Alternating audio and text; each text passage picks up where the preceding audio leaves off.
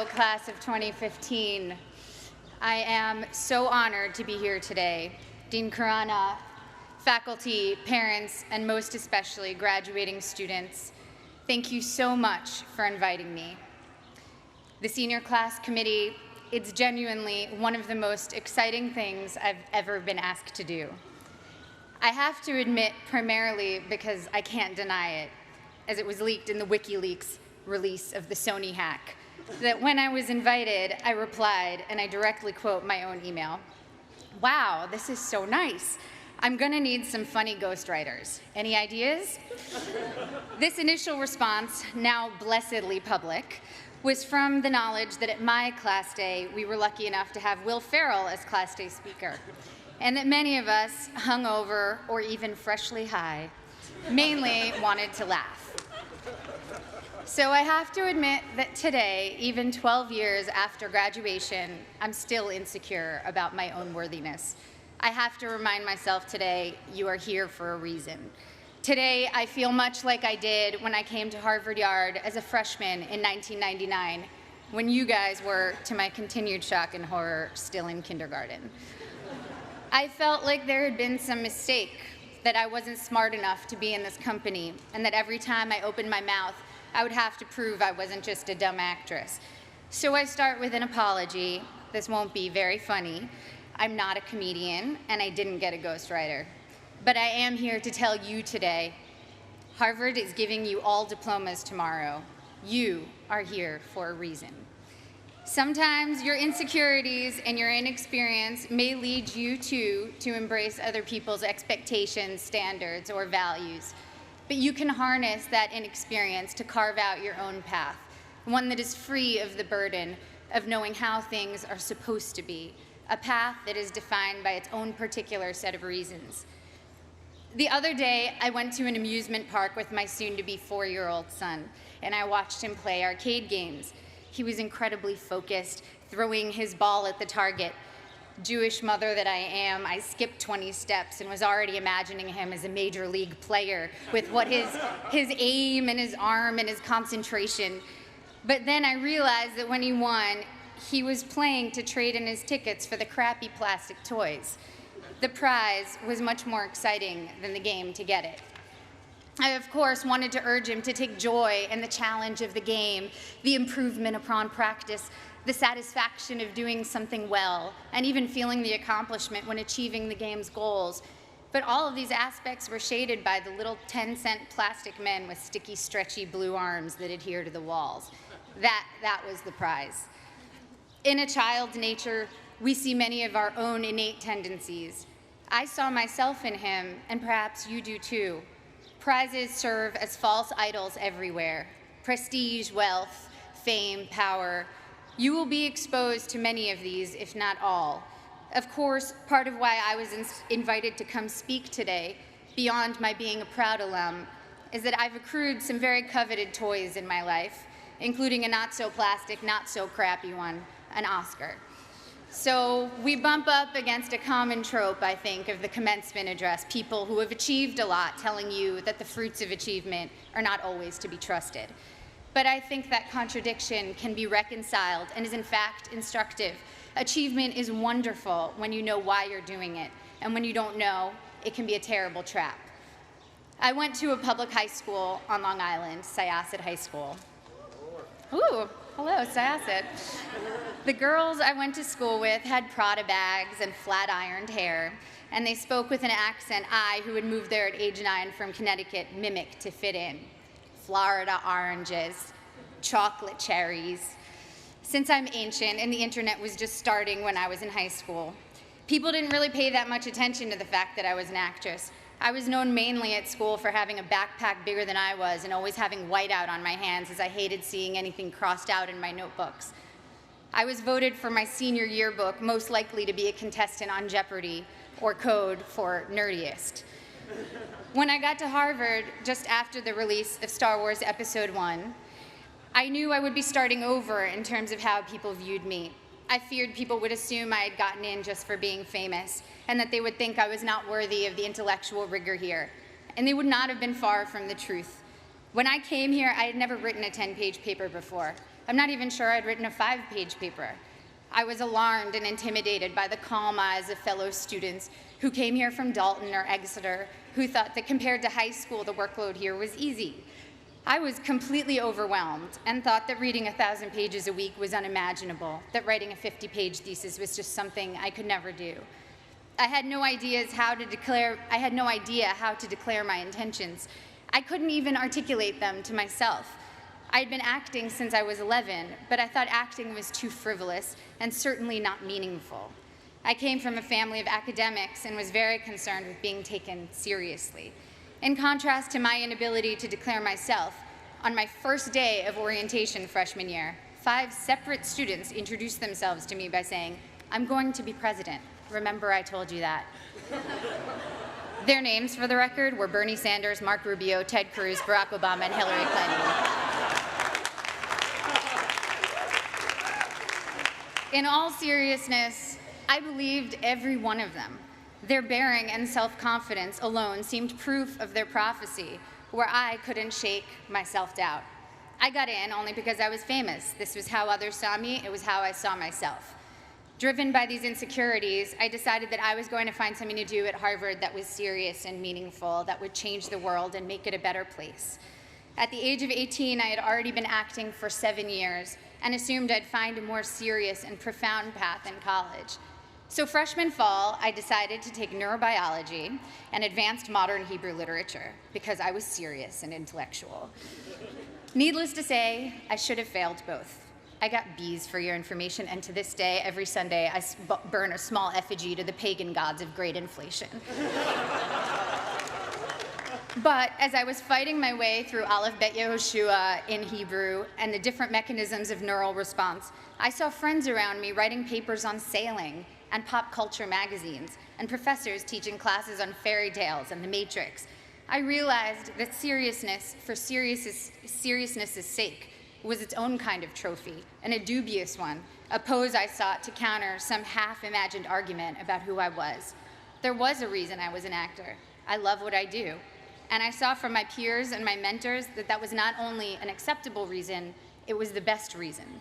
When I got to my graduation, sitting where you sit today, after 4 years of trying to get excited about something else, I admitted to myself that I couldn't wait to go back and make more films. I wanted to tell stories, to imagine the lives of others, and help others do the same. I had found, or perhaps reclaimed, my reason. You have a prize now, or at least you will tomorrow. The prize is a Harvard degree in your hand, but what is your reason behind it? My Harvard degree represents for me the curiosity and invention that were encouraged here, the friendships I've sustained, the way Professor Graham told me not to describe the way light hit a flower, but rather the shadow that the flower cast, the way Professor Scarry talked about theater as a transformative religious force, how Professor Coslin showed how much of our visual cortex is activated just by imagining. Now, granted, these things don't necessarily help me answer the most common questions I'm asked. What designer are you wearing? What's your fitness regime? Any makeup tips? But I have never since been embarrassed to myself ask what I might previously have thought was a stupid question. My Harvard degree and other awards are emblems of the experiences which led me to them.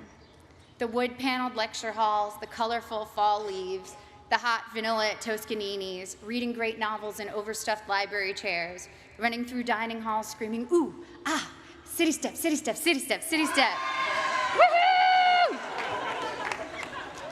It's easy now to romanticize my time here, but I had some very difficult times here too.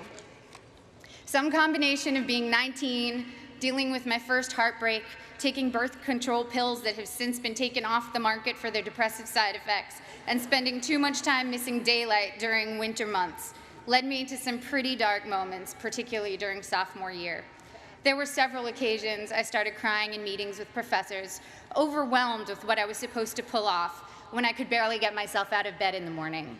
Moments when I took on the motto for my schoolwork, done, not good. If only I could finish my work, even if it took eating a jumbo pack of Sour Patch Kids to get me through a single 10-page paper. I felt that I had accomplished a great feat. I'd repeat to myself, done, not good. A couple of years ago, I went to Tokyo with my husband, and I ate at the most remarkable sushi restaurant. I don't even eat fish, I'm vegan, so that tells you how good it was. Even with just vegetables, this sushi was the stuff you dream about. The restaurant had 6 seats. My husband and I marveled at how anyone could make rice so superior to all other rice. We wondered why they didn't make a bigger restaurant and be the most popular place in town.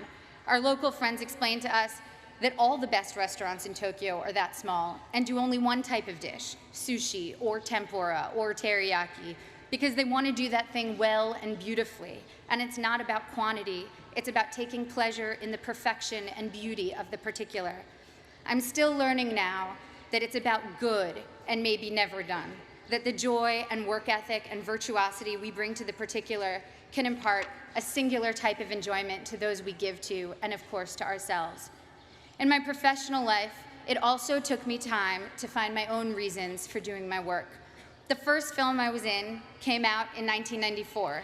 Again, appallingly, the year most of you were born.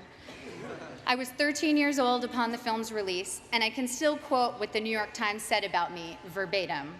Ms. Portman poses better than she acts. The film had a universally tepid critical response and went on to bomb commercially. That film was called The Professional, or Leon in Europe, and today, 20 years and 35 films later, it is still the film people approach me about the most to tell me how much they loved it, how much it moved them, how it's their favorite movie. I feel lucky that my first experience releasing a film was initially such a disaster by all standard measures. I learned early that my meaning had to be from the experience of making the film and the possibility of connecting with individuals rather than the foremost trophies of my industry, financial and critical success. And also that those initial reactions could be false predictors of your work's ultimate legacy. I started choosing only jobs I was passionate about and from which I knew I could glean meaningful experiences. This thoroughly confused everyone around me, agents, producers, and audiences alike. I made Goya's Ghosts, a foreign independent film, and studied art history, visiting the Prado every day for 4 months as I read about Goya and the Spanish Inquisition. I made V for Vendetta, a studio action movie for which I learned everything I could about freedom fighters who in other eyes might be called terrorists, from Menachem Begin to the Weather Underground. I made Your Highness, a pothead comedy with Danny McBride, and laughed for 3 months straight. I was able to own my meaning and not have it be determined by box office receipts or prestige. By the time I got to making Black Swan, the experience was entirely my own. I felt immune to the worst things anyone could say or write about me, and to whether an audience felt like going to see my movie or not. It was instructive for me to see that for ballet dancers, once your technique gets to a certain level, the only thing that separates you from others is your quirks, or even flaws. One ballerina was famous for how she turned slightly off balance. You can never be the best technically. Someone will always have a higher jump or a more beautiful line. The only thing you can be the best at is developing your own self. Authoring your own experience was very much what Black Swan itself was about. I worked with Darren Aronofsky, the film's director, to change my last line in the movie to, "It was perfect," because my character, Nina, is only artistically successful when she finds perfection and pleasure for herself, not when she's trying to be perfect in the eyes of others. So when Black Swan was successful financially and I began receiving accolades, I felt honored and grateful to have connected with people. But the true core of my meaning I had already established, and I needed it to be independent of people's reactions to me. People told me that Black Swan was an artistic risk, a scary challenge to try to portray a professional ballet dancer. But it didn't feel like courage or daring that drew me to it. I was so oblivious to my own limits that I did things I was woefully unprepared to do. And so the very inexperience that in college had made me feel insecure and made me want to play by others' rules now was making me actually take risks I didn't even realize were risks. When Darren asked me if I could do ballet, I told him that I was basically a ballerina, which, by the way, I wholeheartedly believed. When it quickly became clear in preparing for the film that I was maybe 15 years away from being a ballerina, it made me work 1,000,000 times harder, and of course, the magic of cinema and body doubles helped the final effect. But the point is, if I had known my own limitations, I never would have taken the risk. And the risk led to one of my greatest artistic and personal experiences, in that I not only felt completely free, I also met my husband during filming. Similarly, I just directed my first film, A Tale of Love and Darkness, and was quite blind to the challenges ahead of me. The film is a period film, completely in Hebrew, in which I also act, with an 8-year-old child as a co-star. All of these are challenges I should have been terrified of, as I was completely unprepared for them. But my complete ignorance as to my own limitations looked like confidence and got me into the director's chair. Once there, I had to figure it all out, and my belief that I could handle these things, contrary to all evidence of my ability to do so, was half the battle. The other half was very hard work. The experience was the deepest and most meaningful one of my career. Now, clearly, I'm not urging you to go perform heart surgery without the knowledge to do so. Making movies, admittedly, has less drastic consequences than most professions and allows for a lot of effects that make up for mistakes. The thing I'm saying is, make use of the fact that you don't doubt yourself too much right now. As we get older, we get more realistic, and that includes about our own abilities or lack thereof. And that realism does us no favors. People always talk about diving into things you're afraid of. That never worked for me. If I'm afraid, I run away, and I would probably urge my child to do the same. Fear protects us in many ways. What has served me is diving into my own obliviousness, being more confident than I should be, which everyone tends to decry in American kids, and those of us who have been grade inflated and ego inflated. Well, it can be a good thing if it makes you try things you never might have tried. Your inexperience is an asset and will allow you to think in original, unconventional ways. Accept your lack of knowledge and use it as your asset. I know a famous violinist who told me that he can't compose because he knows too many pieces, so when he starts thinking of a note, an existing piece immediately comes to mind. Just starting out, one of your biggest strengths is not knowing how things are supposed to be. You can compose freely because your mind isn't cluttered with too many pieces, and you don't take for granted the way things are. The only way you know how to do things is your own way. You here will all go on to achieve great things. There is no doubt about that. Each time you set out to do something new, your inexperience can either lead you down a path where you will conform to someone else's values, or you can forge your own path, even if you don't realize that's what you're doing. If your reasons are your own, your path, even if it's a strange and clumsy path, will be wholly yours, and you will control the rewards of what you do by making your internal life fulfilling. At the risk of sounding like a Miss America contestant, the most fulfilling things I've experienced have truly been the human interactions. Spending time with women in village banks in Mexico with Finca, a microfinance organization, meeting young women who were the first and only in their communities to attend secondary school in rural Kenya with Free the Children, a group that builds sustainable schools in developing countries, trekking with guerrilla conservationists in Rwanda. It's a cliche because it's true, that helping others ends up helping you more than anyone. Getting out of your own concerns and caring about someone else's life for a while reminds you that you are not the center of the universe, and that in the ways we are generous or not, we can change the course of someone's life. Even at work, the small feats of kindness crew members, directors, fellow actors have shown me have had the most lasting impact. And of course, first and foremost, the center of my world is the love I share with my family and friends. I wish for you that your friends will be with you through it all, as my friends from Harvard have been together since we graduated. My friends from school are still very close. We have nursed each other through heartaches and danced at each other's weddings. We've held each other at funerals and rocked each other's new babies. We've worked together on projects, helped each other get jobs, and thrown parties for when we've quit bad ones. And now our children are creating a second generation of friendship as we look at them toddling together, haggard and disheveled working parents that we are. Grab the good people around you, don't let them go. The biggest asset this school offers you is a group of peers that will be both your family and your school for life. I remember always being pissed at the spring here in Cambridge, tricking us into remembering a sunny yard full of laughing frisbee throwers after 8 months of dark, frigid library dwelling. It was like the school had managed to turn on the good weather as a last memory we should keep in mind that would make us want to come back. But as I get farther away from my years here, I know that the power of this school is much deeper than weather control.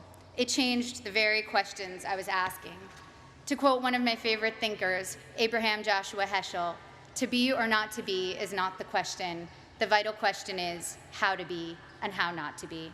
Thank you. I can't wait to see how you do all the beautiful things you will do.